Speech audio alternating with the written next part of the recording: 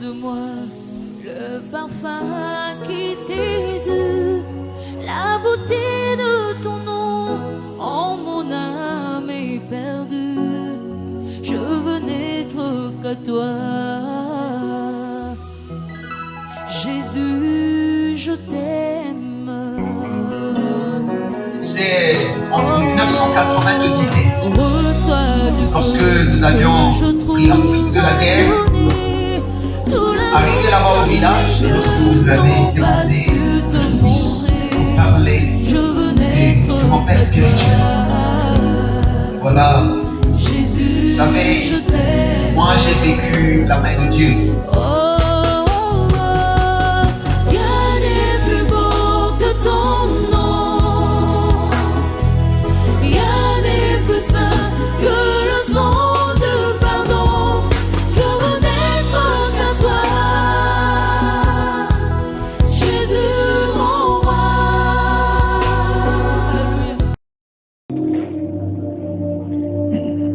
Chers auditeurs, chers téléspectateurs, bonjour ou bonsoir selon l'heure à laquelle vous nous suivez en ce moment. Nous sommes en direct sur notre émission live SF officielle. Voilà, nous souhaitons la bienvenue à ceux-là qui nous suivent de loin en distanciel et en présentiel. Et nous sommes sur notre plateau accompagnés d'un éminent membre de Dieu qui a rejoint notre plateau. Voilà, je suis accompagné également de notre bien-aimée sœur, la sœur Joël Akodo. Bonjour. Bonjour, frère Jo. Voilà, nous avons reçu l'homme de Dieu sur notre plateau. Avant que nous puissions le présenter, nous voudrons que tu puisses également saluer le peuple de Dieu en ce moment.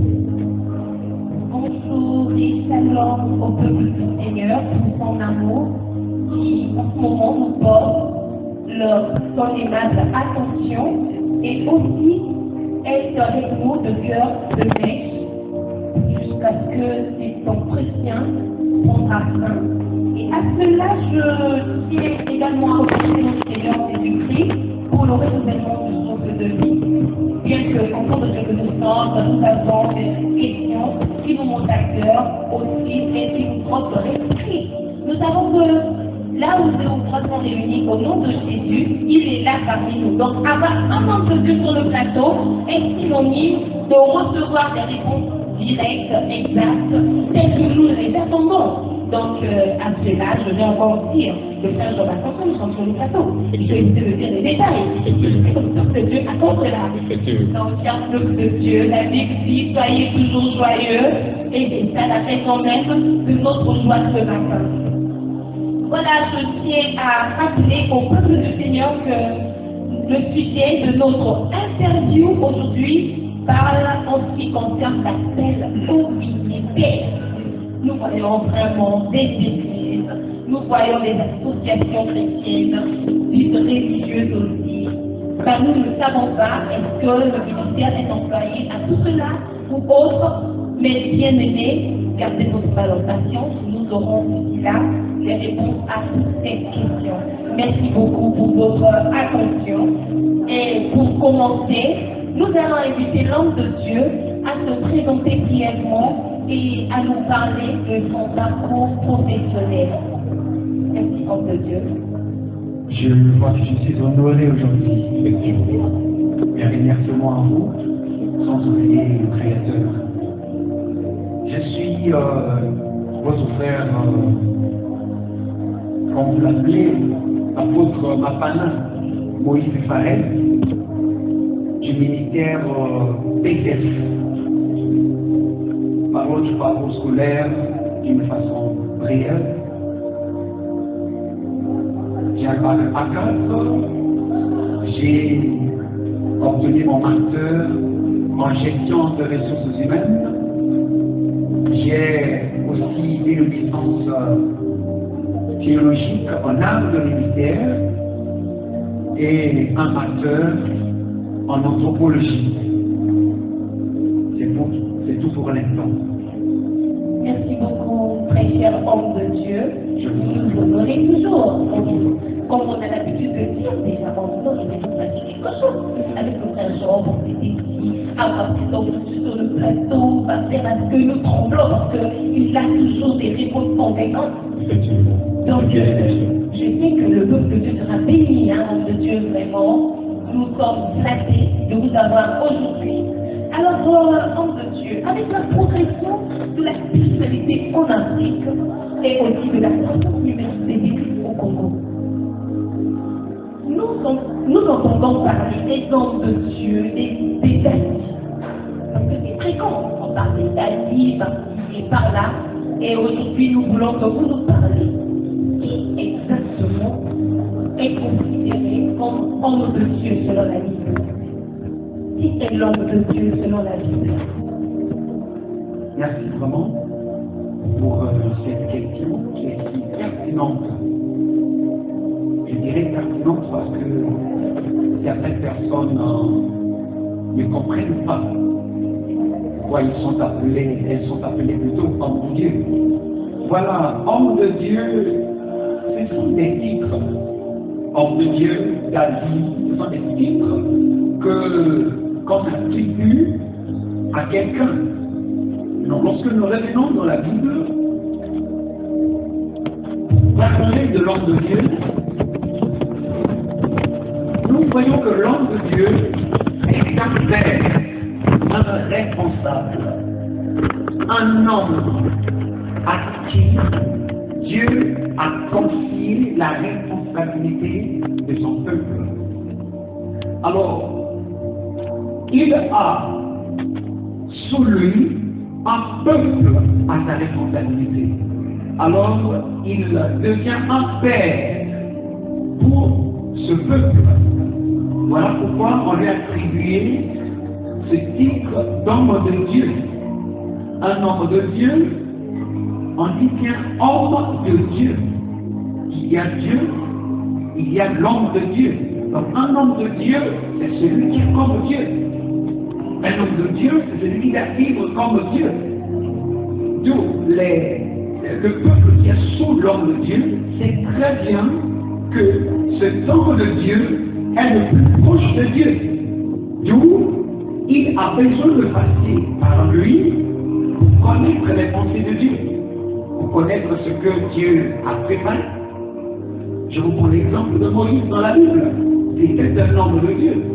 Il vivait dans la présence de Dieu. Il était tout le temps avec Dieu. Voilà, d'une manière brève, ce que je pourrais dire sur l'homme de Dieu. Merci beaucoup, homme de Dieu. À propos de cette réponse, une autre question me monte à l'esprit. Vu ce qui se passe actuellement, est-ce que vous devez le dire? Donc je me rends compte que tout homme de Dieu se rend compte qu'un homme de Dieu est synonyme de rester dans la présence de Dieu. Bien sûr. Donc, est-il possible, est-ce que c'est vraiment nécessaire qu'étant homme de Dieu, vivant dans la présence de Dieu, que vous soyez doté d'une certaine référence, de telle sorte que lorsque vous placez votre pied, les gens viennent ramasser le sable de là où vous avez déposé le pied, ou peut-être là où vous êtes assis, on vient vérifier, prendre de cette poussière, mettre dans de l'eau, peut-être dans des choses à manger, quoi, parce que vous êtes un homme de Dieu, doté de pouvoir, de puissance, d'autorité et aussi du Saint-Esprit. Merci pour la préoccupation. Je dirais que l'erreur est partagée. C'est une erreur, c'est une fausseté. Cela est partagé. Vous savez que nous, Africains, sommes d'abord des peuples croyants. Nous croyons aux divinités, nous, Africains. Ces choses dans l'Église, dans la présence des hommes de Dieu, font partie de la croyance. Chacun veut exprimer sa croyance, chacun veut faire ce qu'il a capté de l'esprit qui l'anime. Et vous voyez, actuellement nous vivons cela. Nous voyons des peuples dans l'église qui viennent parfois lécher les pieds d'un homme de Dieu, prendre de la poussière, de la terre là où il a foulé son pied, pour chiquer comme le tabac, pour verser dans un gobelet, et mettre de l'eau, boire, ce sont des choses interdites. Et nous voyons aussi l'homme de Dieu emporté par se vouloir être respecté, honoré par cette gloire, par cette émotion, il se laisse ces choses évoluer. Or, ces choses sont condamnables. Nous sommes appelés à condamner ces choses. Nous sommes appelés à condamner ces choses. Donc c'est prohibé, bibliquement c'est prohibé. Nous sommes appelés à condamner ces choses parce que ce ne sont pas ces choses-là qui contribuent pour le salut des âmes. Il ne s'agit pas de ça. Il s'agit du message que le pasteur, l'homme de Dieu, a donné au peuple de Dieu. Donc ces choses-là sont des choses éphémères. Ce sont des choses qui sont sans importance. Voilà, c'est ça ce que je vais dire là-dessus. Donc il n'y a pas un fondement biblique. Il n'y a pas un fondement biblique. Voilà. Voilà, merci beaucoup, homme de Dieu. Et je voudrais également poser une question qui m'est ma curiosité. Là, nous sommes en train de parler sur la paix.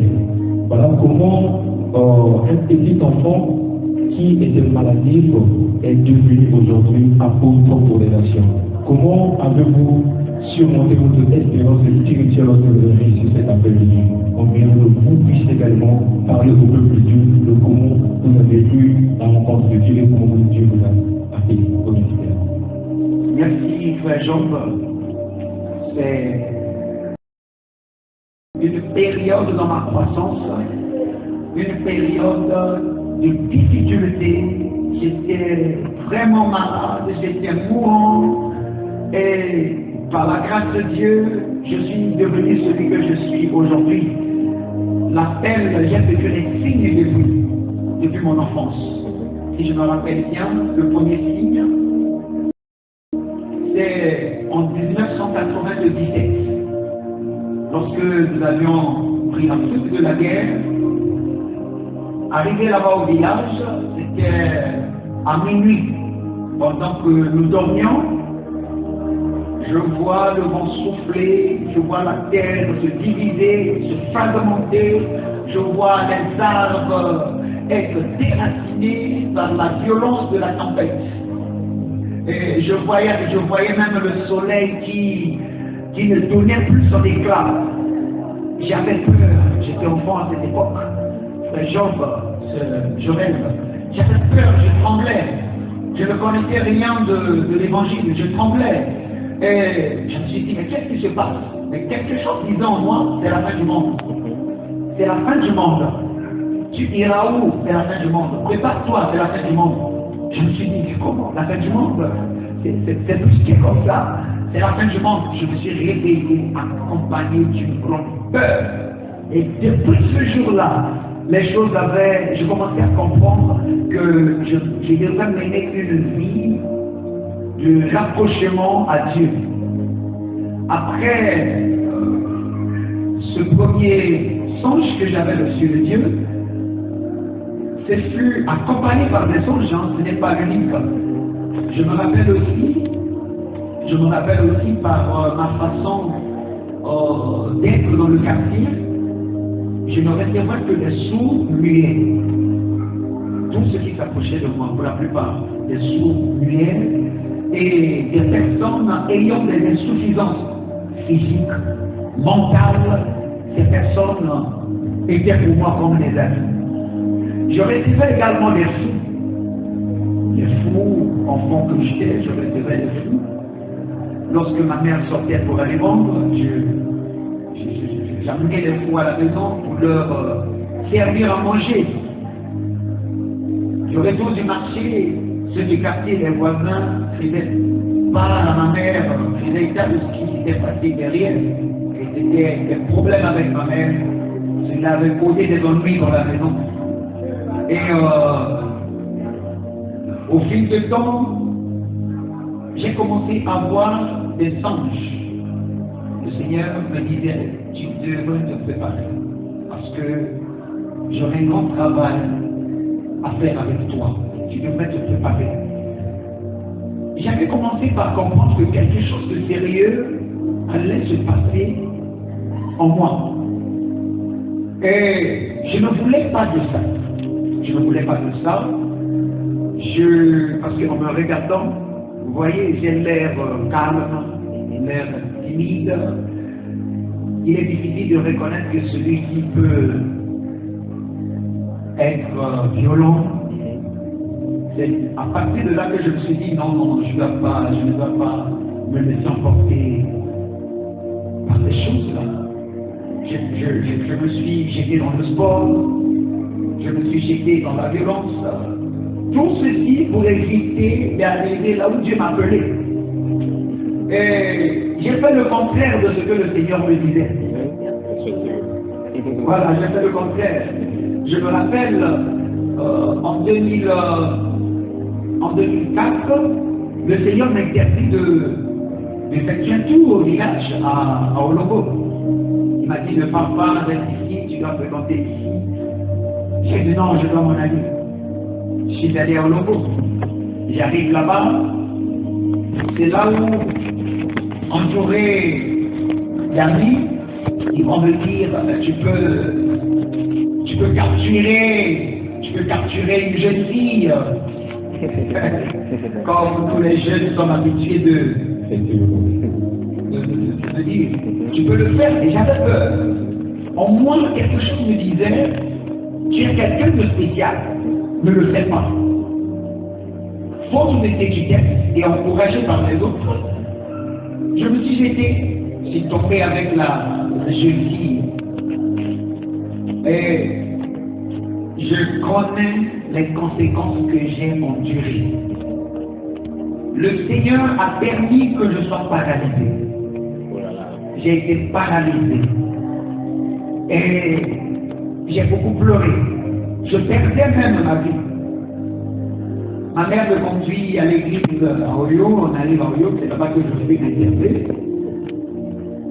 Le Seigneur envoie, dans le songe, je vois, 2 anges qui sont venus me parler. Les anges me parlaient en langue. Lorsqu'ils parlaient, j'étais là debout. Je ne les écoutais pas, je n'entendais pas de quoi il s'agissait, je ne comprenais rien de ce qu'ils disaient. Ils me parlaient, au point où ils m'ont même fait porter des écouteurs pour que je comprenne, pour que je saisisse leur langage. Malgré tout, il y a un ange qui est l'ange supérieur qui va s'adresser à son collègue et dit, il ne nous comprend pas.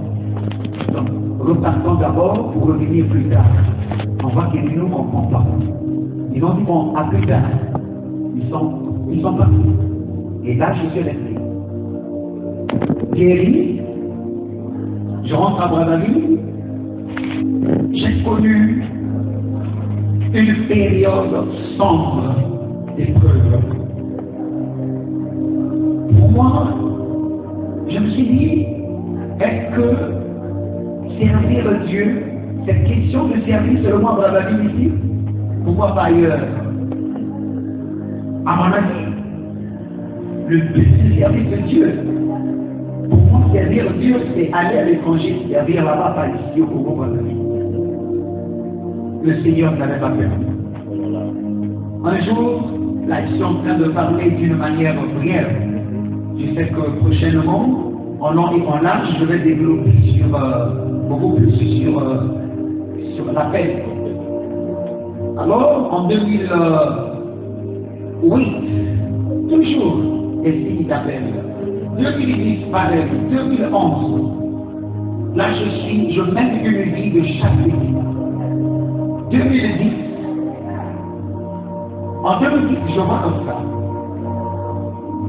C'est à 11 heures que je reçois la mission. Je vois comme ça, ces 2 anges qui étaient apparus en 2004, je les vois revenir. Ils arrivent devant la porte. Ils parlaient, ils s'exprimaient en anglais. Ils ont frappé. En les regardant, j'avais compris pourquoi ils étaient venus. Je savais que c'était pour moi. En anglais, ils s'exprimaient. Ils ont demandé la permission d'entrer. Je leur ai permis d'entrer. Alors, celui qui était l'ange supérieur m'a posé la question. quels sont les instruments que tu as? Quels sont les équipements que tu as pour entrer dans le service de Dieu? Je me suis regardé, je n'avais rien avec moi. Alors j'ai dit, Seigneur, je n'ai rien. Il m'a dit, d'accord, prosterne-toi. Je me suis prosterné. Et l'ange supérieur qui me parlait en le regardant, c'est le Seigneur Jésus-Christ. Gloire à Jésus. C'est Jésus qui m'est apparu. Gloire à Jésus. C'est Jésus qui m'est apparu, bien-aimé. Il me parlait en anglais. Il me dit, je te soumets cette Bible, écrite en anglais. The Holy Bible, la Sainte Bible. Wow. Je l'ai reçue. Holy Bible. Je l'ai serré, je l'ai embrassé dans ma poitrine. Et il me donna la bénédiction. J'ai reçu de la bénédiction. Il me dit maintenant, va, prêche la parole. Annonce la parole de Dieu. Partout dans le monde. L'heure a sonné pour toi de libérer les âmes enfermées dans les ténèbres. Parle, annonce la parole. Je t'ai donné la parole. Continue, parle jusqu'aux extrémités de la terre. Tout ce qu'il disait rentrait dans mon esprit. Mais je n'étais plus là. J'étais dans la présence de Dieu et le Christ était devant moi. Et moi j'avais la Bible serrée dans ma poitrine. Je pleurais parce que je savais que je n'avais rien pour l'œuvre de Dieu. J'ai regardé autour de moi, je n'avais rien. Aucun document, rien d'autre. Et ce n'était que la Bible que j'avais. J'avais par là compris que le Seigneur n'accepterait pas que moi je puisse servir avec autre instrument, rien que la Bible. J'avais compris que la puissance, la force, la réussite, le succès, la renommée, toute cette gloire-là devrait sortir de la Bible que Dieu m'a confiée. C'était une façon pour Dieu de me dire, de me confier à la Bible qui garde les saintes écritures. Et j'étais là, j'avais compris.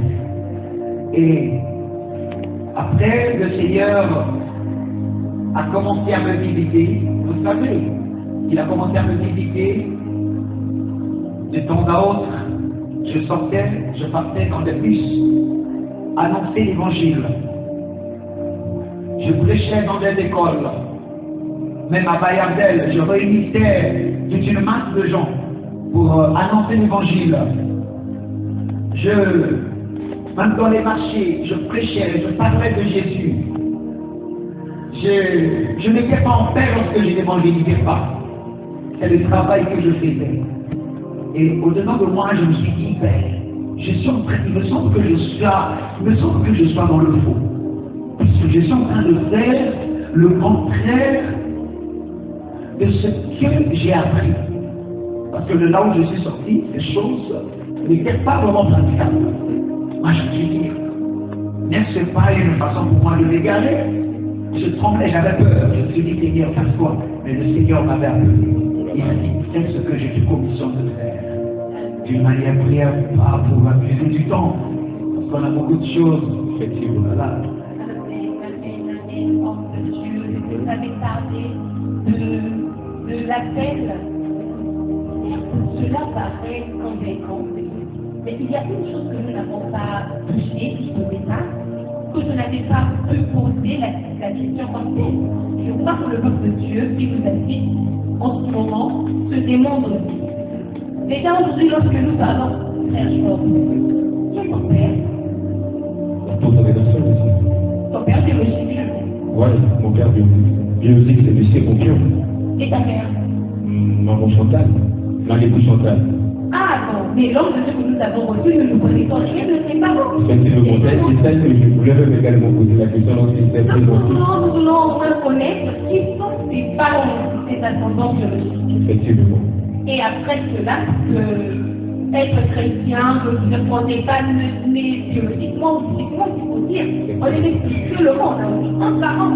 Donc, juste après la présentation de vos parents, vous nous parlerez de votre père en la foi et comment est-ce qu'il travaillait, qui était-il, est-ce qu'il est en vie, est-ce qu'il a laissé quelque chose qui vous rapproche de lui. Un peu de ce commentaire, c'est ce que nous attendons de vous. Merci, homme de Dieu. Merci. Je suis fils de Mapana Biété et Galo Françoise. Ce sont mes parents biologiques. Vous savez, ma mère est de l'église Pentecôte, des assemblées de Dieu de Pentecôte. De Débat Esaïe. Débat Esaïe.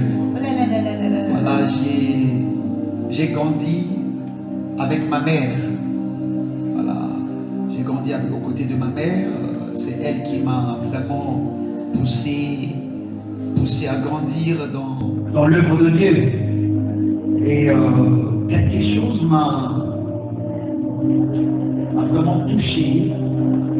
C'est lorsque vous avez demandé que je puisse vous parler de mon père spirituel. Amen. Voilà, vous savez, moi j'ai vécu la main de Dieu. J'étais un mourant depuis mon enfance. C'est à la paroisse centrale, aux assemblées de Dieu, de Pentecôte. Et que j'arrive comme ça. Papa Esaïe était à l'étage. Il voit ma mère entrer avec moi. Il dit à ma mère, cet enfant n'est plus en nous. Cet enfant n'est plus en lui, celui-là. Je ne le vois plus en lui. Son âme n'est pas là, il est combattu. Quand on disait l'enfant de l'autre côté là-bas, je vais déléguer les prophètes. Ils doivent prier pour lui. Et les prophètes ont été délégués.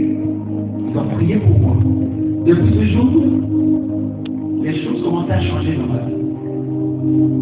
Il avait délégué des prophètes pour qu'ils me suivent. Nous étions même à l'église. Ceux qui étaient là ne le savaient pas. Wow. Maman, il leur posait la question, est-ce que ça a été? Vous avez suivi l'enfant? Oui. Nous l'avons suivi de près.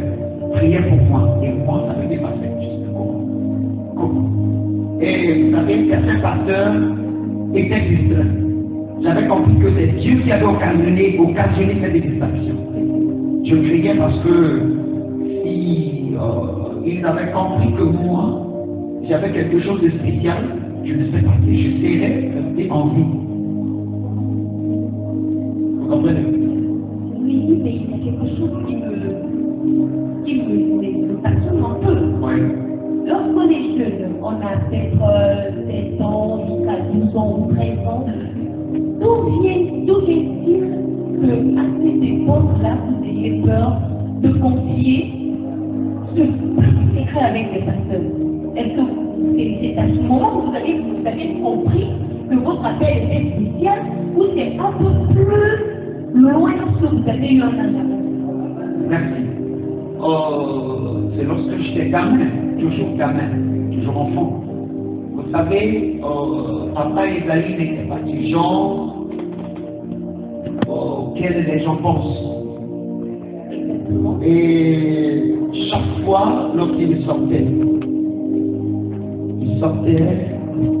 dans sa voiture, il appelait les petits enfants. Et il avait l'habitude d'imposer les mains. Il imposait les mains aux petits enfants. Et il le faisait, même fois. Et je m'approchais de lui, il imposait les mains. Il me rappelait une chose. En lingala, on dit Coco. En français, c'est petit-fils. Voilà. C'est comme ça qu'il vous appelait. Il m'a dit Coco, tu ne mourras pas. Jésus. Tu vivras. Tu sais, Dieu va t'utiliser puissamment. Gloire à Jésus. Alléluia. Tu veux travailler comme Pépé Israël, non? Wow. Wow. Quel honneur. Oui. Il a senti le cœur de ses chanteurs. Dieu va t'utiliser puissamment dans ce monde. Amen. Et c'est ce que nous voyons aujourd'hui. Et j'avais compris. Vous savez, cette puissance me venait de la peur que j'avais. Parce que j'étais déjà combattu par les sorciers. Et puis ma famille. J'arrive à l'église, je savais qu'à l'église, il y avait également des sorciers. Des pasteurs sorciers. D'où cette peur m'a poussé à confisquer tout ce que je ressentais d'avantages positifs en moi. Et au fil du temps, ce n'était pas pour la première fois que j'ai rencontré l'homme de Dieu, même à Mikalou, à la rue Luanda. Il passait là, dans la rue Luanda, dans une boutique de Mohamed et Salem. J'ai été témoin, j'avais vu comment ces morts que nous appelons mauritaniens remettaient la vie en tapant les moments. Wow. Vous pouvez me donner l'année, s'il vous plaît? Oh, c'était en 1999. 1999. Oui, à la rue Rwanda. Et j'ai vu comment les morts lui ont remis la dîme. Il a reçu la dîme, il priait pour eux. Moi, j'étais là. Il prenait le thé avec eux. Tandis que ceux qui sont restés à l'église ne savaient pas là où papa Isaïe pouvait se rendre. Moi, j'avais vu, j'ai vécu cela. Dès que je l'ai vu, je l'ai appelé. Pépé, viens. Il a posé sa question. Pas l'église là-bas. Il a posé, dit, tu ne mourras pas. Tu serviras Dieu puissamment. Tu n'iras pas tout. Serviras Dieu puissamment. J'ai dit Amen, bébé. Et les prophètes faisaient toujours leur travail. Ils me suivent. Ils sont à l'église jusqu'aujourd'hui. Je connais leur nom. Je connais leur nom. Ils donnent exactement leur suivi. Oui, arrivé toujours en 1999, j'arrive à l'église. Papa Isaïe va prêcher.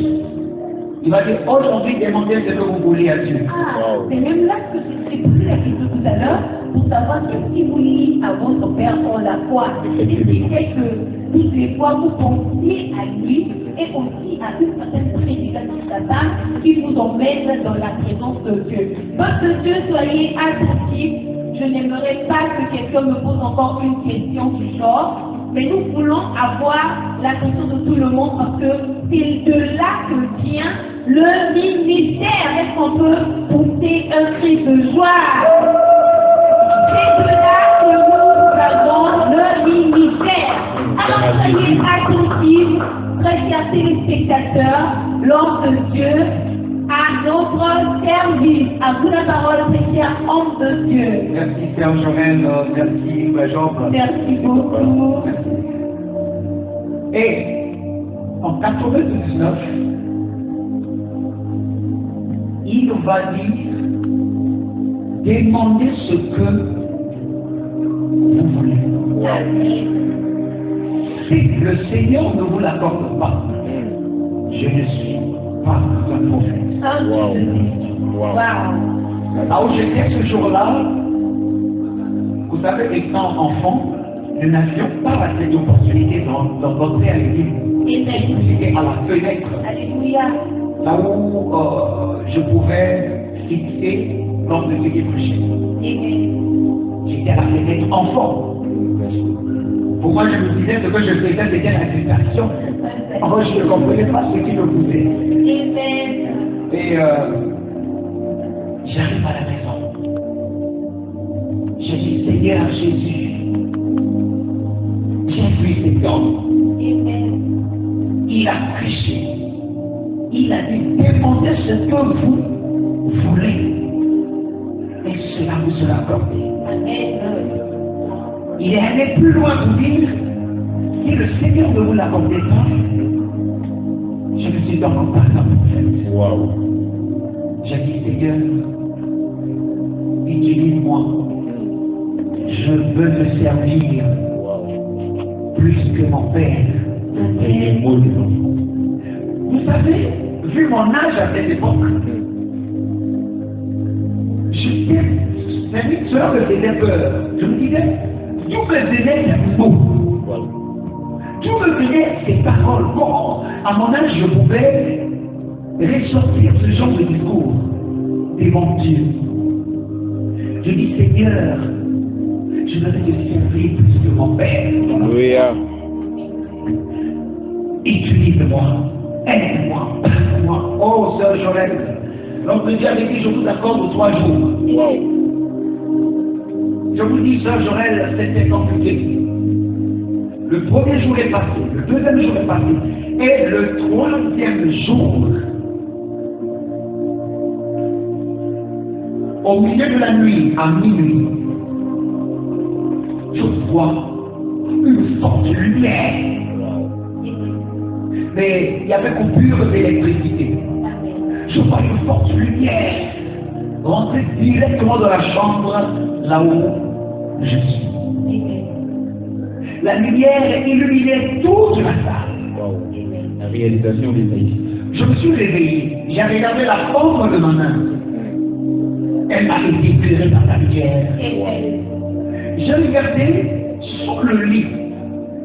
La lumière était forte, grande. Alléluia.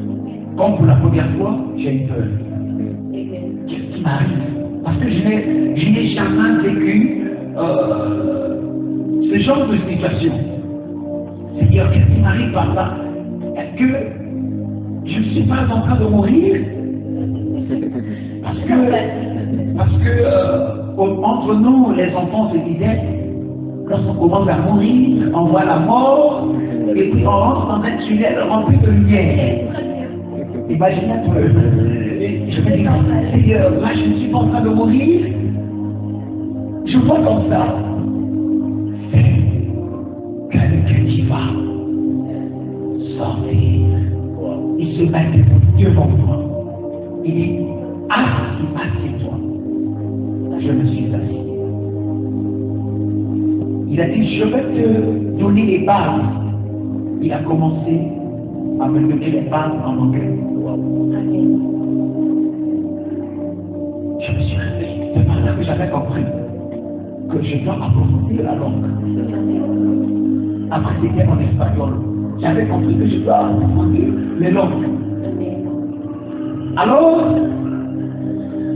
je vois comme ça. Et donc, il est parti. Le deuxième jour, pareil. Le troisième jour, pareil. Le quatrième jour, pareil. C'était devenu une habitude. Je suis allé voir ma mère, comme elle est ventrolite. Je dis, maman, je n'arrive plus à dormir. Je n'arrive plus à fermer l'œil de la nuit. Donc, il y a un homme qui vient dans ma chambre en lumière. Voilà ce qu'il me dit, voilà ce qu'il me dit. Ma mère m'a dit, ne le dis à personne. Quelle sagesse.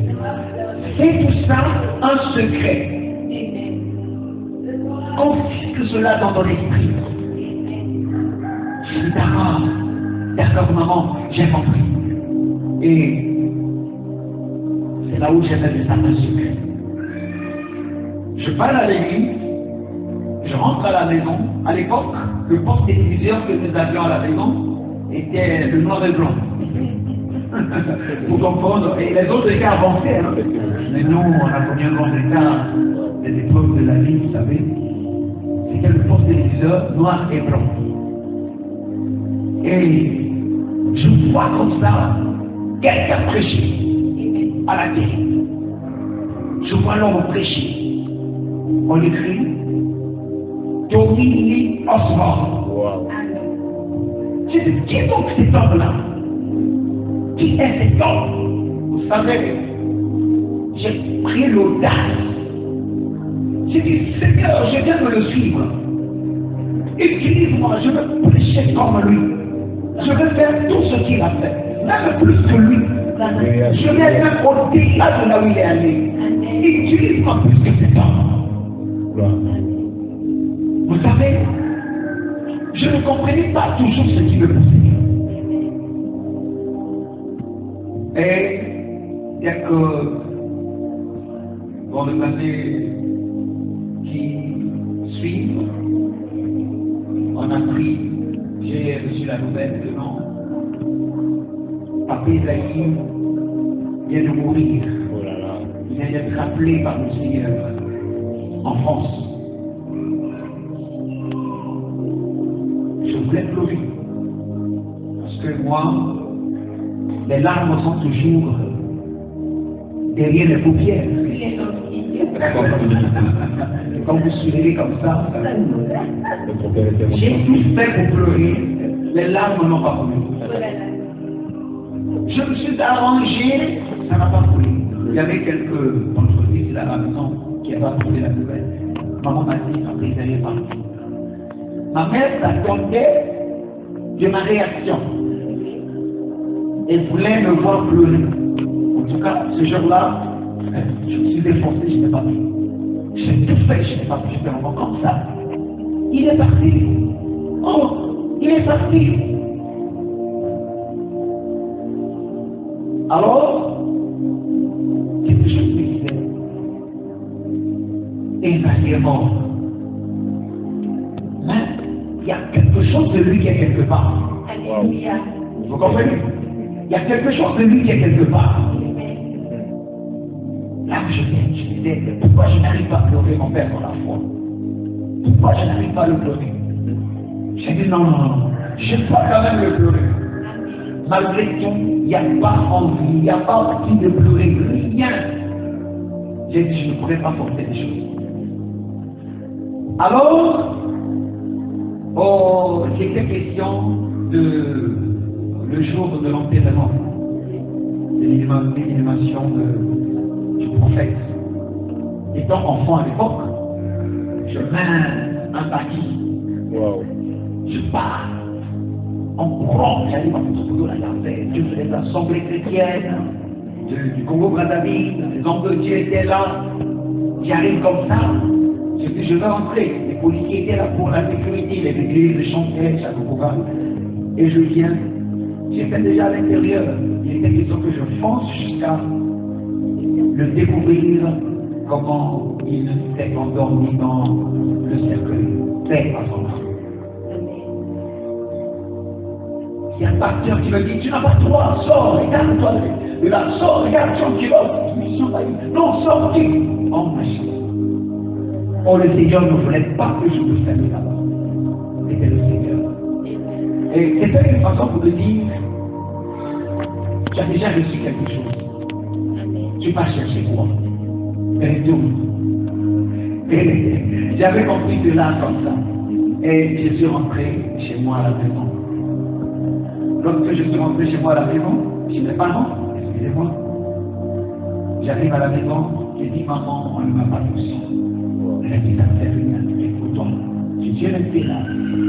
Alors, papa il n'est plus, il est parti. J'ai gardé de lui des bons souvenirs. J'ai gardé de lui ce qu'il a fait. Et j'ai vu Dieu dans cet homme, comment Dieu l'a utilisé puissamment. Et j'ai compris pourquoi la puissance que Dieu a déversée en lui est rentrée dans cet enfant. Et ceux-ci n'ont pas pu la répandre partout. Et Dieu m'a appris beaucoup de choses. Il m'a dit, tu vois, je te disais quoi? Je te disais, tu as vu ce que ton père t'a dit. Le Père de Dieu, tu as vu ce que tu as reçu de lui. C'est ce qui va arriver. Et l'heure va sonner. Tu vas commencer avec eux. Tu travailleras exactement comme ton père. Moi, je suis dit, Seigneur, je suis seul. Les autres ont des dadis. Les autres ont des papiers, je ne sais pas. Des dadis, des mamies, des papiers, des pères. Moi, je suis seul. Le Seigneur me dit, mais tu n'as pas besoin d'un daddy, tu n'as pas besoin d'un père, tu n'as pas besoin de ceci. Mais te souviens-tu pas de ce que je t'avais remis? Je t'avais remis the Holy Bible. Alléluia. Cette même Bible est la Bible que j'avais remise à Eva et Dani. Je lui ai aussi remis la Bible. Wow. Donc, moi, je te remets la Bible. Je l'ai fait en français. Mais j'ai pas fait en anglais. Ça veut dire que le ministère ne doit pas être prisonnier ici au Congo-Brazzaville. Wow. Ça veut dire, parce que l'anglais, c'est partout. International. Voilà. Donc, ce ministère-là doit partir. Vous savez, je suis fier de mes maîtres. Qu'il soit celui qui a été sur le banc de l'école ou pas, je ne suis pas là. Parce que Dieu ne s'est pas gêné de l'avoir choisi. J'ai vu la puissance de Dieu en lui. J'ai découvert l'œuvre de Jésus-Christ en lui. Et je suis fier d'avoir un père comme lui. Voilà un peu, voilà, en résumé, comment ça s'est passé avec lui. Et lorsque Dieu veut me parler de quelque chose, puisque j'avais toujours des regards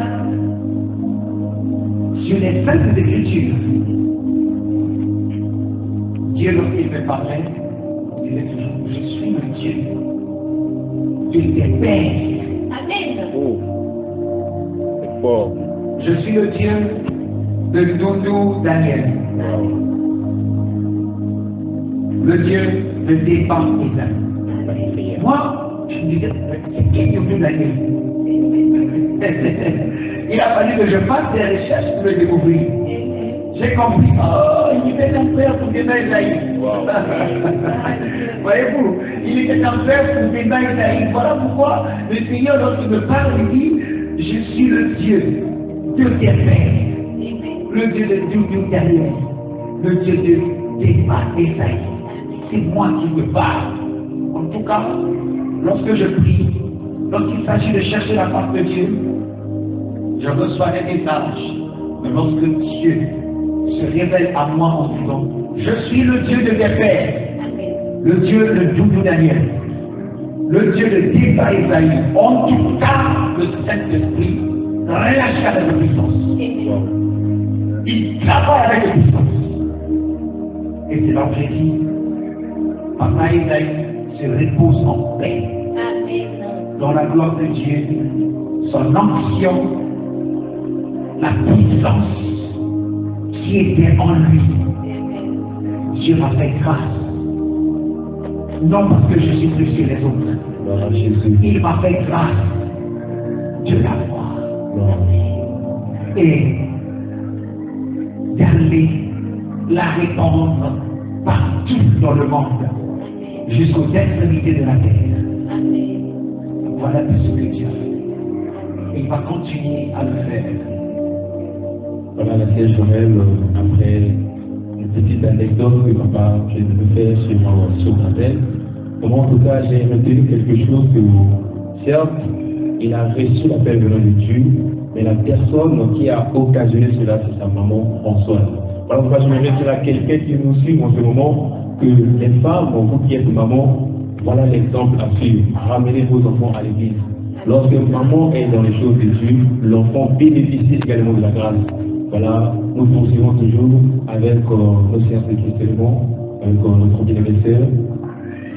Et justement, le frère Job, après tout ce que l'homme de Dieu vient d'évoquer et aussi de ce que tu venais de donner comme encouragement aux mamans, la maman de l'homme de Dieu, maman Françoise, selon moi, je trouve que c'était que Dieu m'a fait. Dire que dans l'enfance de meurt, quand même de chanter je ne pense pas qu'à cette époque-là, cette dame était capable de franchir la maison d'un petit shop pour la maison de son enfant, puis l'encadrement de l'école de dimanche et tout ce que son enfant est devenu aujourd'hui. En tout cas, c'est vraiment une grâce d'avoir une mère de ce genre. Je jette des fleurs sur cette maman et je rends grâce pour une maman comme elle. Une maman comme elle. Je prie à ce que le Seigneur me rende comme cette dame, que ce soit un exemple et un sujet de témoignage de même. Voilà, l'homme de Dieu a parlé de la puissance de son père. il a reçu par grâce. J'aimerais attirer l'attention de ceux qui nous suivent en ce moment. Il y a des gens qui ont un esprit étourdi et il y a d'autres qui reçoivent des choses à l'envers, de telle sorte qu'il y ait des procès, de justice après et tout. Non, je tiens à souligner que lorsque nous vivons dans une maison avec des parents, mes bien-aimés, chacun de nous reçoit de ses parents une certaine signature qui atteste que tu es de telle ou telle famille. Il parle de sa part, il ne parle pas de la part de toute l'Église pour dire que les autres qui sont encore là-bas, à la Pentecôte ou ailleurs, n'ont pas reçu de cet esprit. S'il vous plaît, soyez attentifs, soyez enfants de Dieu, soyez spirituels. Ne soyez pas problématiques, je vous en prie. C'est le Saint-Esprit dans sa diversité. Il se manifeste au même moment à Brazzaville, en Amérique, peu importe la nation ou le continent. Mais bien aimés, je dis que dans Acte 1:8, le Seigneur dit, voici, je vous donnerai le Saint-Esprit, que vous soyez mes témoins. Mais bien aimés, je réitère pour dire que n'en faites pas des problèmes, il ne monopolise pas le Saint-Esprit avait reçu des pas Ésaïe. Il parle de sa part, de ce qu'il a reçu de son Père, s'il vous plaît, soyez chrétiens. Nous allons poursuivre l'émission.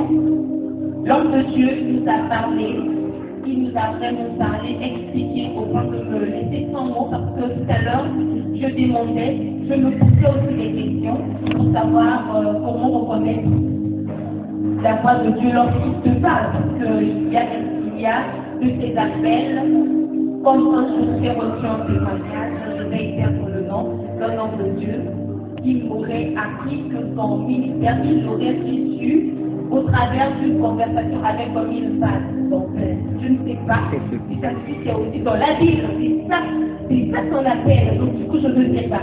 Il y a d'autres qui reçoivent leurs appels au travers de la montre religieuse et autres.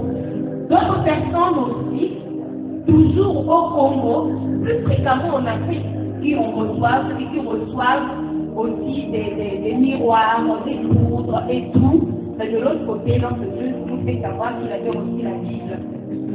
Alors, il a aussi dit quelque chose au-dedans de lui, lui fait toujours croire que c'est Dieu lorsque ce Dieu-là, en parlant, fait mention de ses pères, nous, Daniel et Séba et Isaïe.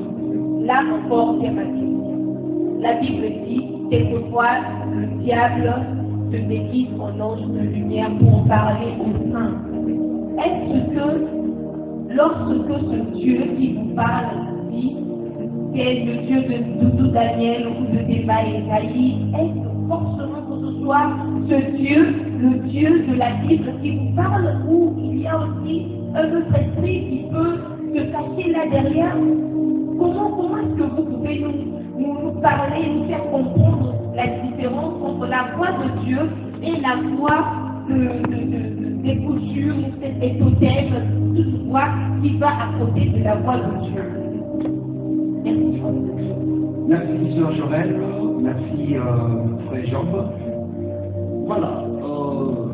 Quand au départ, je vous avais dit ceci, que nous, Africains, sommes avant tout croyants. Nous sommes croyants. Et avant l'arrivée des missionnaires ici en Afrique, nous avions déjà nos croyances, nous avions des divinités, nous prions des divinités, et l'appel existait déjà avant l'arrivée des missionnaires. L'appel au fétichisme, à la sorcellerie, l'appel à la magie, ça existait. Mais lorsqu'il s'agit de Dieu qui appelle, Dieu lorsqu'il appelle, il vous ramène dans les saintes Écritures. Et ce n'est pas abominable lorsque le Saint-Esprit emploie le langage, je suis le Dieu de tes pères, de Daniel et pas Isaïe, ce n'est pas mauvais. C'est au fait une façon de vous ramener à les reconnaître, à découvrir, à se rappeler de leurs failles, de leurs défauts. Comment malgré leurs défauts, Dieu a fait grâce. À plus forte raison, vous. C'est la même chose que Jacques a fait. Il dit, Élie était aussi un homme de la même nature que nous. Donc c'est en fait une façon de nous faire comprendre que ces hommes de Dieu étaient des hommes comme nous. Il n'y a pas à craindre, il n'y a pas à regarder des failles. Les failles sont des failles de la chair. Donc il n'y a rien à voir avec la puissance de Dieu. Et c'est comme Josué. Dans Josué chapitre 1, on dit, Josué chapitre 1, on dit, Josué, fils de nous, Moïse de Daman. Voilà. Josué est qui pour Moïse? C'est son serviteur. Pourquoi chaque fois lorsque Dieu parlait aux enfants d'Israël, il rappelait toujours Moïse? Il rappelait Moïse. C'était pour fixer, c'était une manière de fixer Josué. C'était dans ce sens, une façon de fixer Josué, à Dieu, pour qu'il ne passe pas à côté. Donc voilà un peu. Donc l'appel, c'est Dieu qui appelle. L'appel est spirituel. L'appel qui vient de Dieu est accompagné des saintes écritures pour sa défense. L'appel de Dieu ressemble à un arbre que l'on a sémé, qu'on a planté plutôt, qui va pousser. Et nous allons reconnaître cet arbre par son fruit. C'est pas le fruit que nous allons reconnaître. Est-ce que cet appel vient de Dieu ou bien ça vient du diable? Voilà. Donc l'appel, il s'agit là de le reconnaître par son fruit. Prenons l'exemple du fruit de l'arbre. C'est ça. Alors nous poursuivons toujours avec vos questions, si possible. Oui, frère Jean, merci encore. Je dis merci à papa. Nous l'adorons papa. Oui, oui. C'est un homme de Dieu. Nous avons parlé de David, nous pouvons plus l'appeler papa. En fait, ne nous crucifiez pas. Et ce n'est pas interdit d'appeler un homme de Dieu. David, c'était une façon de savoir, de reconnaître ici qui est réellement un homme de Dieu et pourquoi nous devons appeler David à quel moment. Avant de se connaître, voilà, j'ai posé la question et l'homme de Dieu a répondu. Cela a fait que nous sachions que c'est juste un titre dans les textes, un titre de civilité. Comme on dit le Dieu, c'est comment on l'appelle David. Ok, David, papa. Voilà, donc nous allons encore poursuivre avec notre émission sur la paix. Voilà, papa, vous nous avez parlé de beaucoup de choses, aussi de l'esprit, sa manifestation, de l'homme, dans son appel et tout, dans le ministère. J'aimerais savoir, lorsque vous aviez reçu l'appel au ministère, au début, est-ce que vous aviez directement commencé dans la plénitude du Saint-Esprit? Donc, je vais expliquer quand je dis plénitude, c'est déjà que le bien de gens va me demander si c'est comme avec une plénitude. Ah non, c'est pas une petite. Donc, quand je parle de la plénitude, c'est dans le sens où nous parlons vulgairement paix. Voilà, comme on entend en France. On refait des messages dans le France et de la France et on donne des messages et tout. Voilà, j'aimerais savoir, papa, lorsque vous avez reçu l'appel, est-ce qu'au début, déjà, vous aviez la grâce, vous aviez la plénitude et vous donniez des messages, des prophéties sous la grâce, vous les donniez peut-être en pleine prédication ou comment donnez-nous un peu expliquez-nous votre début, comment ça se passait avec l'esprit, est-ce que vous aviez la possibilité de le contenir et de le contrôler, je ne sais comment, parlez-nous un peu de ça dans soi. Merci, Sœur Jorel. Toujours assoiffé, très enchanté. Ça me fait un grand plaisir d'être avec vous en ce moment. Voilà. La transe, vous savez, là où je suis sorti à la paroisse centrale, c'est presque tout le monde qui est en transe. Tout le monde qui est en transe. Avant l'arrivée des missionnaires ici en Afrique, les Africains étaient déjà croyants. La transe existait déjà. Les Africains entraient en transe. Donc, on voit cela même chez les féticheurs. Il y a de ce qu'on appelle les Galois, les féticheurs, les Galois, même dans des danses traditionnelles, nous voyons des gens rentrer en transe. Donc, cela ne veut pas dire que rentrer en transe, c'est être aux côtés de Dieu. Ah non. Oui. Wow. Dans l'église pentecôtiste, quand tu n'es pas saisi, tu n'es pas considéré, je ne comprends pas. D'où vient-il que ceci soit synonyme? Merci. Lorsque je dis entrer en transe, ce n'est pas synonyme d'être aux côtés de Dieu, ne veut pas dire que je suis en train de critiquer ce qui est la manifestation qui a lieu à la Pentecôte. Vous comprenez? Donc il y a la transe qui vient de Dieu, il y a la transe qui vient de nos ancêtres, l'esprit qui a animé nos ancêtres. Voilà. Maintenant, au niveau de la Pentecôte, entrer en transe, ce n'est pas mauvais, c'est le Saint-Esprit. Pourquoi la transe? C'est-à-dire, dans la transe, vous faites des choses que vous êtes incapable d'accomplir consciemment. Imaginez-vous quelqu'un qui rentre en transe, marche sur le feu. Oui, marche sur le feu. Et quelqu'un qui n'est pas en transe a peur de marcher sur le feu. Très bien. Vous comprenez? Donc la transe ici nous permet de démontrer combien Dieu est puissant, combien Dieu est capable de faire des choses surnaturelles dans la vie de ceux qui croient en lui. Amen. Dieu, il y a de ceux qui sont capables d'entrer en transe, mais ne sont pas baptisés du Saint-Esprit. Ah, ok. Là, c'est clair. Il y a de ceux qui peuvent entrer en transe, mais ils ne sont pas baptisés du Saint-Esprit. Ok. La transe est aussi causée par l'émotion. Très bien. Vous comprenez? Amen. La peur peut aussi affecter votre caractère, vous êtes affronté, et vous êtes en transe de peur. Vous voyez? La transe de joie, la transe de la violence, que nous appelons les gamons. Vous comprenez? Mais il y a aussi l'audace qui se transforme en transe. Wow. Vous parlez à une personne qui est audacieuse, qui ne vous écoute même pas, mais il est déjà en transe. Il est en ligne, vous comprenez?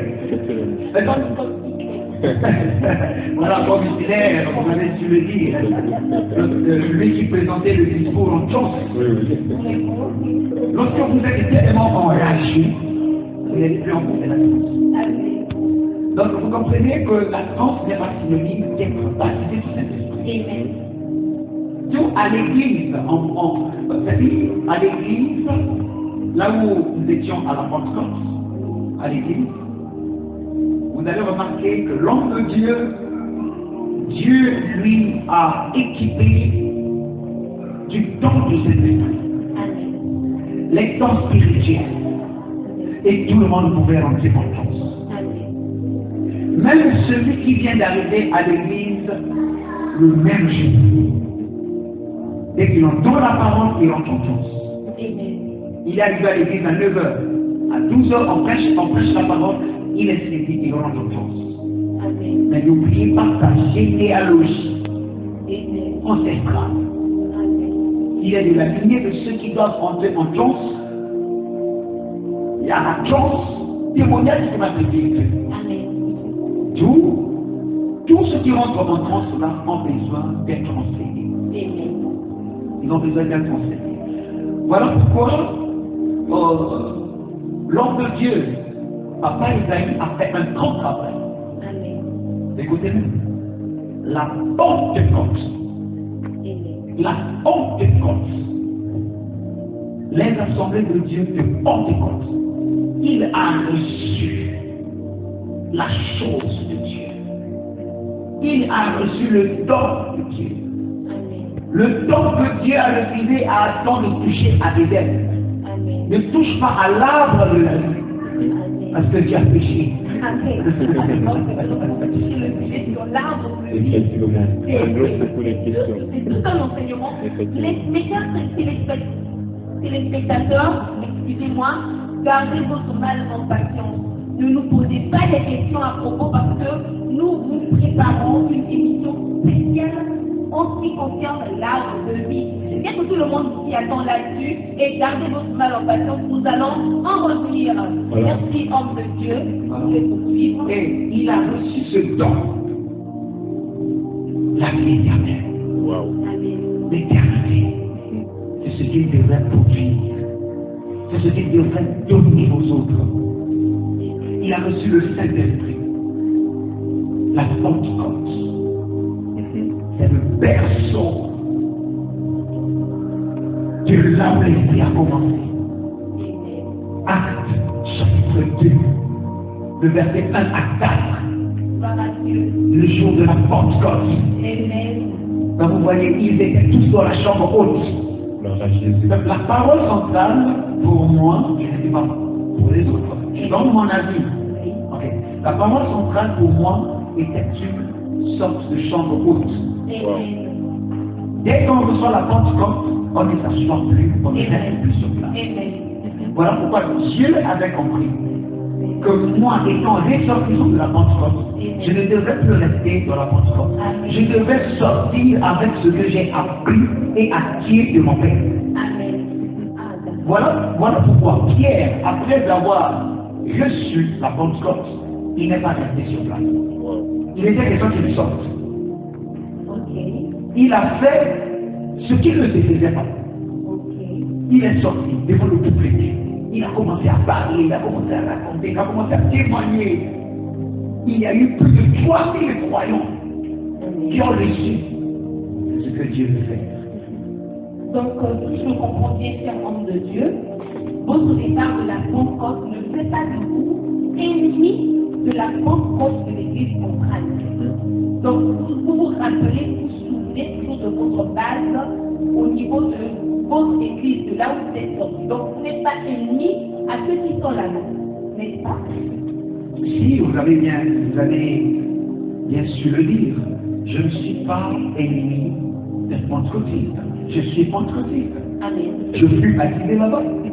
Je suis baptisé là-bas. Là-bas,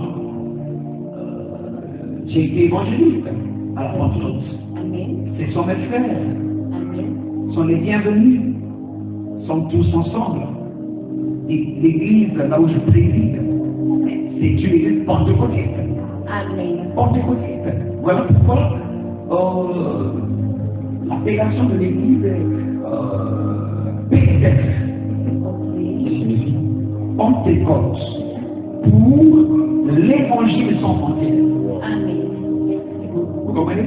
Pentecôte pour l'évangile sans frontières. C'est-à-dire, la Pentecôte ne doit plus rester sur place.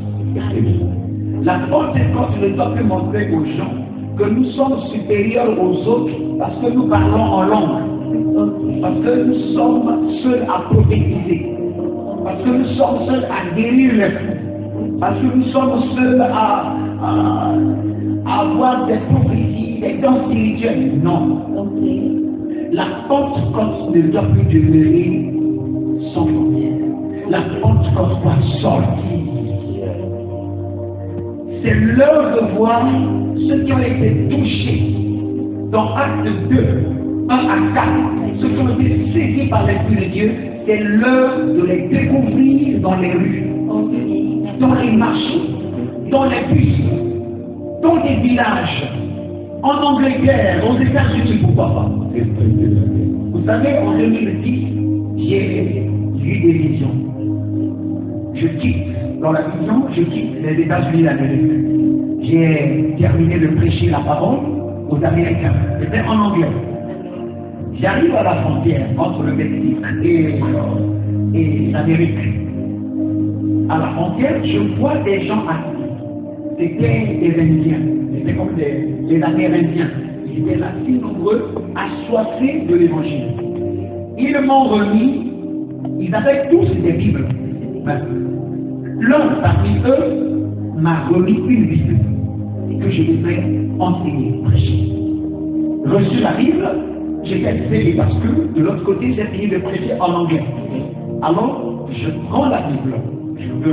Pendant que je voulais enseigner en anglais, malheureusement, moi, j'ai découvert que c'était écrit en espagnol, la vérité. Je tâtonnais, je balbutiais. Je disais, bon, mais eux, quand ils étaient là-bas, les Amérindiens faisaient ce geste. Nous allons faim. Nous allons faim. Donne-nous le pain de vie. Donne-nous le pain de vie. C'était en espagnol.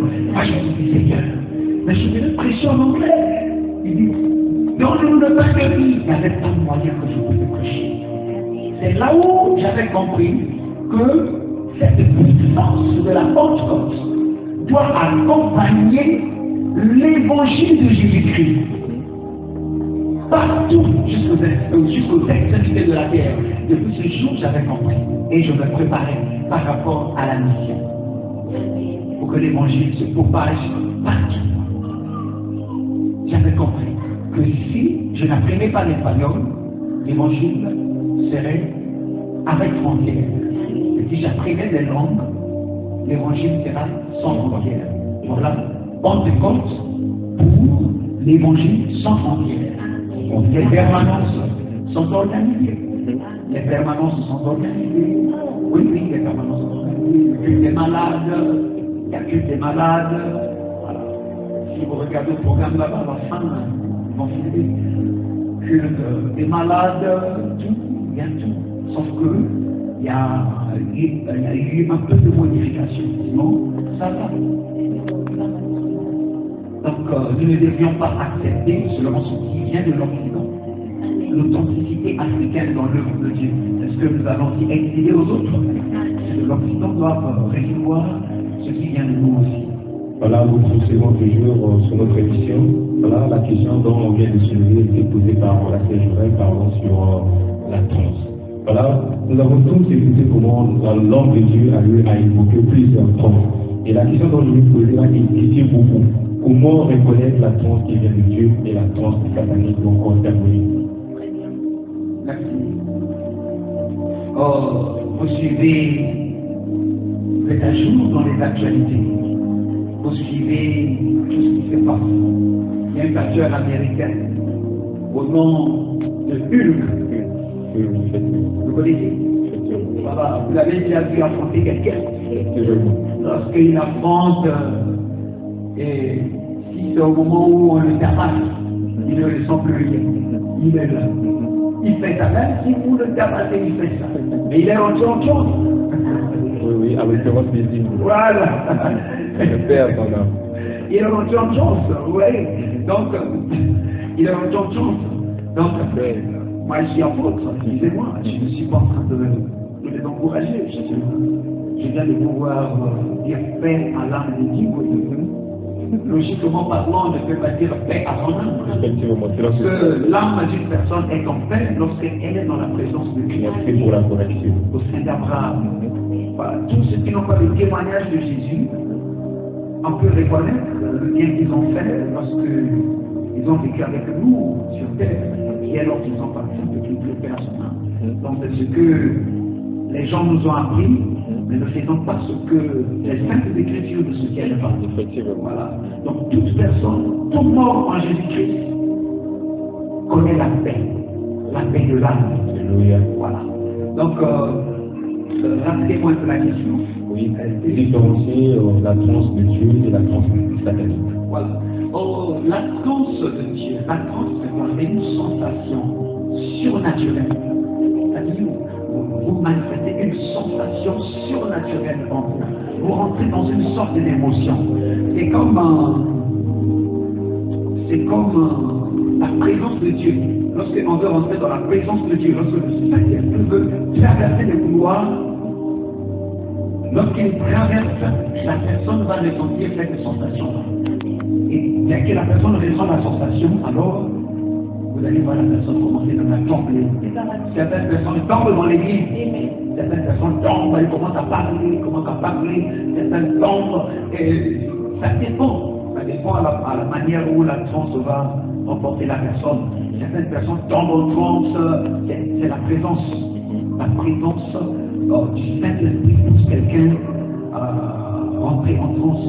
Et il faut retenir une chose, la transe qui est occasionnée par la présence de Dieu, lorsque l'individu, le bien-aimé, le croyant est purifié, lorsque le croyant est pur, cette transe-là est une transe pure. Vous allez voir dans sa transe, il va commencer à confesser le nom de Jésus. Il va commencer à parler des bienfaits de Dieu. Il va même commencer à pleurer parce qu'il ressent la présence de Dieu. Il ressent le vivant en lui, le Saint des Saints en lui. Il va parler de Dieu. Et au sortir de la transe, ce sera une journée spéciale. Alléluia. Il va traverser des moments spéciaux dans sa vie. Contrairement à cette personne qui n'est pas pure, cette personne qui n'est pas purifiée, lorsque le Saint-Esprit passe, alors par cette chaleur de l'Esprit, la personne est saisie et tombe. Vous allez remarquer une chose, elle peut être là, parfois, à confesser, ou à se faire mal au corps. Ça arrive, nous voyons cela dans les églises. Quelqu'un qui est en transe et commence à gifler sa joue. Il donne des coups de poing au visage. Il se déshabille. Il le fait ça parce qu'il est rentré en transe. Il se déshabille. Ça veut dire qu'il n'est pas pur. La présence de Dieu a fait à ce qu'il rentre en transe. Le trouvant dans cet état, alors voilà ce que ça occasionne. Oui, donc c'est un peu ça. Comprenons que le Saint-Esprit, toujours dans la transe, lorsque on est dans la transe, ça veut dire que le Saint-Esprit est passé. Vous vous poussez à faire quelque chose. C'est différent du don de l'Esprit. Le don de l'Esprit, c'est quelque chose. Être saisi par l'Esprit, c'est autre chose. Vous voyez Samson, pour aller tuer les Philistins, il devrait être saisi par l'Esprit de Dieu. Jésus. Samson est saisi, il va tuer. David est saisi parce qu'il avait reçu de lui de Samuel. L'onction était en lui. Saisi, il part affronter Goliath. Donc lorsque vous êtes saisi,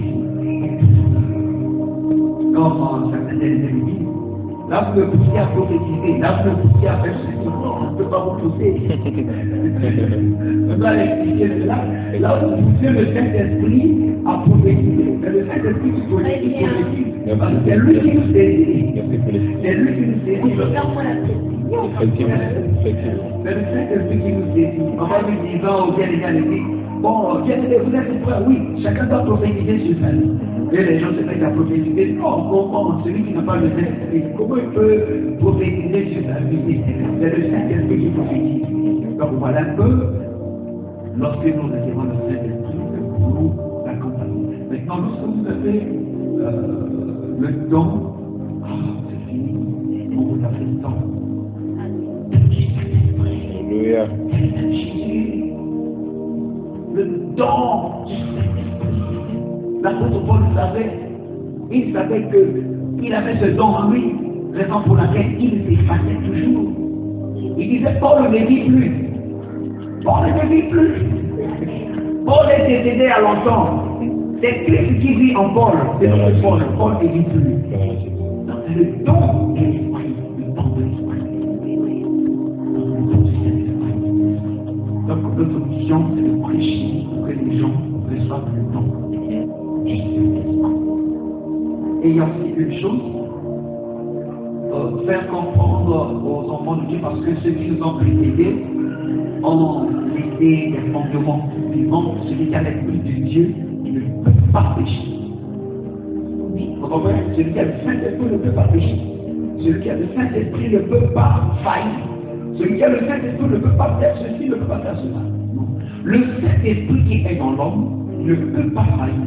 Amen. Mais l'homme qui est chair peut faire des erreurs. La chair peut commettre des erreurs qui peuvent être réparées que par l'Esprit. Donc vous avez le Saint-Esprit. Vous commettez une erreur, mais le Saint-Esprit qui est là, il va vous dire ce que tu as fait là, c'est injuste. Alors je dois la réparer. Pars au pied de la croix, devant Jésus. Répare cette erreur. En revenant au pied de la croix, Seigneur Jésus, aie pitié de mon âme. Vous avez réparé l'erreur, vous avez rectifié l'erreur, et le Saint-Esprit est toujours là. Raison pour laquelle ce point a été mal enseigné, et ceux qui avaient reçu le Saint-Esprit se disaient déjà être top, et lorsqu'on les a trouvés dans l'erreur, ils ont quitté les assemblées chrétiennes, ils ont fui. Ils sont devenus aujourd'hui des fumeurs de chanvre, des coureurs de jupons, ils sont repartis dans le monde. Parce qu'on ne leur avait pas dit la vérité sur les faiblesses de la chair et la tâche que le Saint-Esprit est appelé à remplir dans le corps de l'homme. Voilà. Ok, le temps où c'est parti, si ça serait à nous, on garderait l'ordre de Dieu sur le plateau jusqu'à une heure. Et étant donné que comme l'ordre de Dieu a beaucoup de responsabilités et qu'il a aussi une église à présider, je tiens à rappeler à ceux qui nous suivent, cette semaine, il était rempli, il était chargé d'un programme de prière avec ses adeptes en ce qui concerne les liens, ceux qui sont bloqués, ceux qui sont malades et qui cherchent à voir la face du Seigneur. Et ce séminaire prendra fin demain, dimanche, et nous ne voulons pas le retenir longtemps, le devoir de la paix. Donc je mets en ce moment la place au bien-aimé Job, s'il a quelque chose à dire, avant que l'homme de Dieu ne puisse donner son mot de la fin. Voilà, merci la sœur Joël pour la parole. Voilà, pour les mots de fin, nous soumettons à notre invité de pouvoir clore afin que je puisse donner notre programme de l'église et en même temps saluer également notre équipe technique. Donc, avant de se faire, je laisse d'abord à notre invité de pouvoir clore cette séquence de la prière ou encore un mot d'obsession pour ceux-là qui nous écoutent en ce moment. Donc, nous écoutons. Voilà les témoignages des chambres avant que l'homme de Dieu ne clore. J'aimerais que l'homme de Dieu fasse une prière de jour. Nous avons parlé de l'appel. Il y a des jeunes qui reçoivent l'appel et qui ne savent pas que cet appel vient de Dieu ou que cet appel ne vient pas de Dieu. Donc, il y a confusion au niveau des appels que nous recevons, aussi jeunes que nous sommes. Et il y a aussi des hommes de Dieu qui ont le ministère, mais qui ne savent pas qu'ils ont le ministère. Au lieu d'être père, mais ils sont sous quelqu'un et tout. J'aimerais que par la prière de l'homme de Dieu, ces prières soient orientées pour essayer de séparer les enfants dits hommes de Dieu de la distraction et de surtout les écartent de leur appel au ministère. La place à l'homme de Dieu pour la prière et le mot de la fin. Merci Sœur Joël. Merci bien les gens. Nous allons prier pour soutenir les autres. Seigneur, je te remercie. Ma voix conduit ici. Tu connais quelqu'un qui a commencé avec l'œuvre. Il ne comprend plus ce qui se passe. Je vois quelqu'un qui veut abandonner. Je vois quelqu'un qui est proche de la séduction. Je vois quelqu'un qui n'arrive plus. Je vois quelqu'un qui a l'appel, mais il est sous quelqu'un. Il veut commettre le pire en attristant son Père spirituel. Je voudrais que tu interviennes, Seigneur. Je vois quelqu'un qui a besoin de ton aide. Je vois quelqu'un qui veut enseigner aux autres. Il attend à ce que le Saint-Esprit lui parle. Malheureusement pour lui, le Saint-Esprit ne lui répond pas.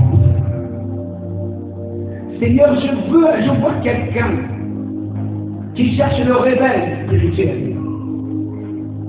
Je vois quelqu'un affaibli. Je prie aujourd'hui, dans le tout-puissant nom de Jésus-Christ de Nazareth, que ce dernier soit relevé. Alléluia. Soutiens celui-ci, Seigneur. Soutiens cet homme fatigué. Soutiens celui qui est en train de chercher de l'argent pour le militaire. Soutiens celui qui a des problèmes dans le foyer avec sa femme à cause de son militaire. Soutiens des serviteurs qui sont brûlés et traversent des moments durs. Loin de tes bien-aimés, la corruption, la séduction, pour se garder de ton chemin. Je prie, oh Seigneur Jésus, toi qui as marché avec nos pères, fais comprendre par ton esprit à ces bien-aimés qui nous suivent en ce moment que l'heure a sonné pour le Congo-Brazzaville. Gloire à Jésus. L'heure a sonné pour que le Seigneur choisisse cet appelé. Alléluia. L'heure a sonné pour que le Seigneur prépare cet appelé à ce grand réveil qui visitera cette nation. Très bien. Bien-aimé, toi qui me suis en ce moment, je prie que toi aussi, tu participes à ce réveil spirituel qui va se dérouler au Congo-Brazzaville. Je veux que tu sois présent. Je veux que la main de Dieu te touche. Alléluia. Je veux que Dieu t'accompagne dans tout ce que tu vas entreprendre. Alléluia. Merci Seigneur.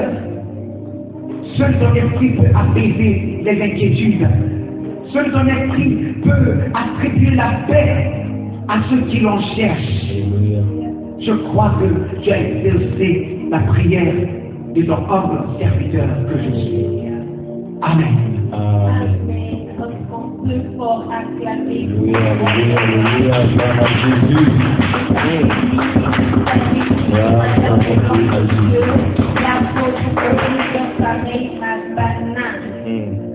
Voilà, maintenant nous allons soumettre la place aux bien-aimés gens. Les gens vont certainement se demander si nous prions aussi quelque chose. Effectivement. Donc, je vais soumettre la place au bien-aimé Job qui fera la présentation. Je sais très bien, il est mon frère dans le Seigneur et nous appartenons à un père, nous avons une église. Donc, quitte à lui maintenant de faire cette présentation et de donner nos programmes de prière. Les programmes de prière de l'église PCF. La place de Saint-Jean. Voilà, merci pour la parole. Voilà, nous sommes les serviteurs de l'église PCF, Pentecôte pour l'évangile sans frontières. Amen. Voilà, nous prions également les mercredis, vendredis et samedis, et dimanche, excusez-moi. Voilà, les mercredis, nous prions de 16h à 18h. Les vendredis également, nous prions de 16h à 18h. Et les dimanches, nous prions de 2h à 12h. Voilà, nous tournons vers la fin.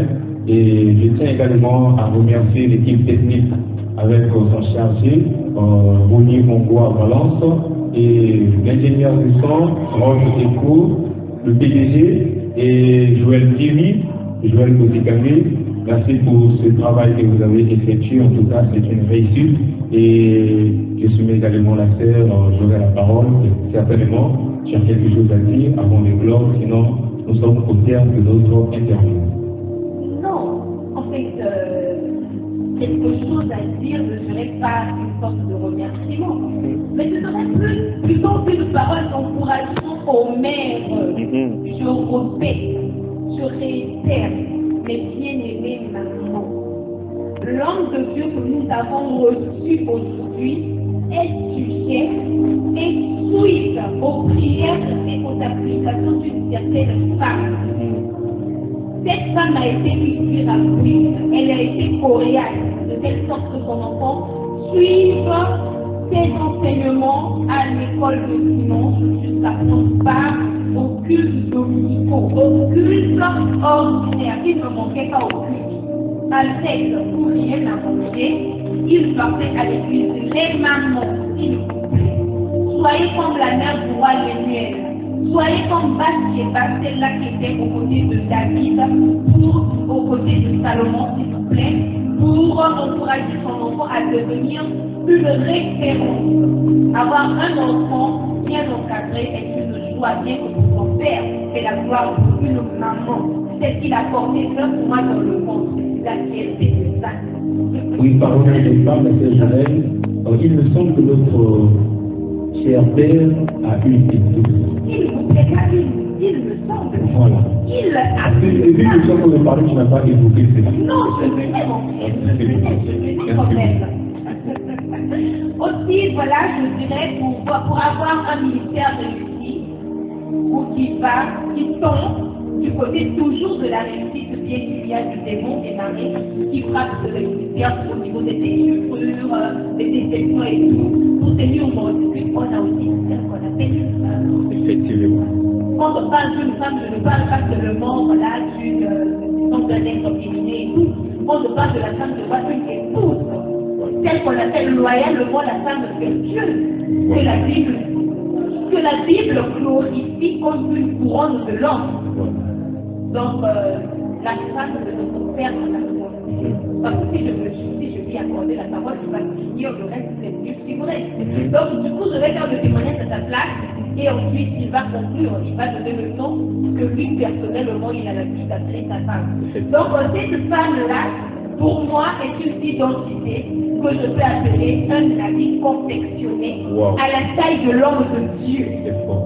Cette femme égale à son ministère, celle-là qui connaît les secrets, celle-là qui connaît les sacrifices, celle qui souffre dans la famille, dans la soif, dans le froid de la nuit, et qui connaît le chemin de la montagne. Et pour que toi et moi nous dormons, elle va souffrir là-bas avec son mari. Voilà la place à l'homme de Dieu pour saluer son épouse ainsi que ses enfants afin de clôturer. Merci, homme de Dieu. Je salue mon épouse, je salue toute ma famille, mon épouse, maman, vous gardez le cœur de Marc. Waouh.